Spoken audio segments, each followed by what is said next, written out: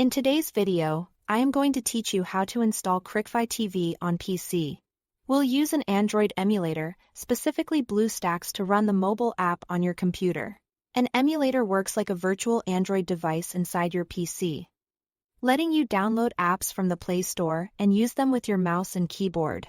Start by downloading and installing BlueStacks. Grab the latest version from the official website so you get the best compatibility and performance. Run the installer, follow the on-screen prompts, and let it finish. A steady internet connection and a few gigabytes of free space will help the process go smoothly. When BlueStacks opens for the first time, complete the Google sign-in process so you can access the Play Store. Sign in with a Google account you are comfortable using for apps and updates. This is the same as setting up any Android phone and is required to download apps from the store. Inside BlueStacks, locate the search bar at the top right. Type Cricfy, Live TV and press Enter. If the app appears in the results, click its icon, then click Install. The Play Store will handle the download and setup automatically. Once it's done, go to the BlueStacks home screen and click the Cricfy icon to open it.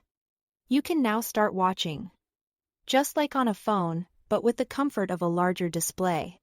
If the app isn't available in the Play Store for your region or device profile, use the APK method as an alternative. Download the Cricfy APK file from a trusted source. After it's saved to your computer, drag and drop the file into the BlueStacks window. The emulator will detect the APK and install it automatically. When it's finished, you will find the Cricfy icon on the BlueStacks home screen, ready to launch.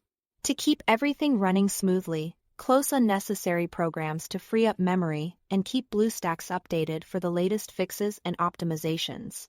If video playback feels choppy, you can adjust performance settings in BlueStacks later, such as CPU and RAM allocation, to better match your PC's capabilities.